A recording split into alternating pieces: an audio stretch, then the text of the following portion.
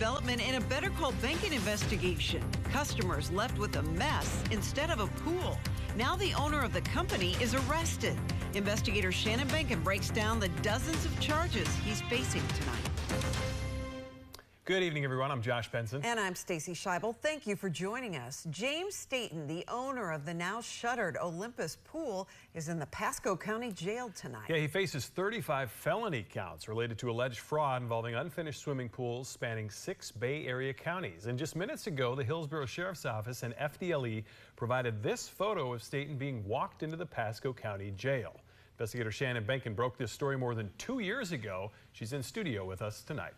Stacey, Josh, after closing Olympus Pools nearly 2 years ago, James Staten moved to the East Coast. But this morning, he was back in Pasco County to turn himself in. His bail is set at $2.8 million. When Olympus Pools closed in 2021, customers were left with heartache, some forced to pay other companies to finish pools they had already paid for in full. Then they digged the big hole, and then they left it here for 5 months.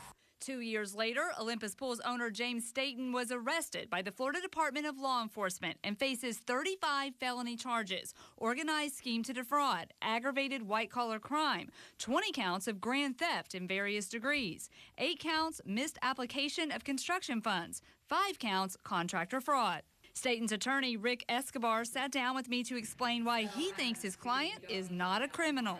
Going bankrupt, he says, is not a crime. If we're going to prosecute criminally everybody that goes through bankruptcy, our court system in America would not be able to handle the volume of that case. Escobar says Olympus faced a hefty spike in material costs and problems getting workers. Our country has gone through a supply chain problem, as you well know, and we think a lot of that is present in this particular case. So we're hoping that individuals do not rush to judgment and think that our client intentionally wanted to commit some theft or some crime in this particular case. But the question that I have is the same question I had 2 years ago, and that's, where's the money? What happened to all that? Well, I'm sure you've done your homework. You can see that my client has never lived a ritzy lifestyle, has never lived a wealthy lifestyle by any stretch of the imagination. And so a lot of these monies obviously are going into this particular corporation trying to meet the contracts that they've had in the past.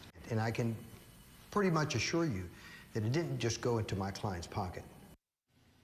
Escobar tells me he plans to request a hearing soon to ask the judge for a lower bond. He tells me the $2.8 million bond is excessive and that Staten is not a flight risk or a threat to the community. Boy, this has been quite the journey. We just heard from his attorney, but what about all the customers? You've told so many stories of these customers who didn't have a pool or a half-built pool. What's their reaction to that? Well, they're reacting. I can tell you I've been hearing from a lot of customers who are leaving me Facebook messages expressing their approval of this arrest. All along, they have wanted accountability, but of course this arrest is not going to make them whole. Many of these customers have lost tens of thousands of dollars, but they tell me it's a step in the right direction because they think you need accountability when something like this happens. Big development. Thanks so much for that. And if you have a problem that needs solving, better call Bankin. There's a phone number for you. It's 1-855-BANKIN, or you can reach her on Facebook at WFLA Shannon.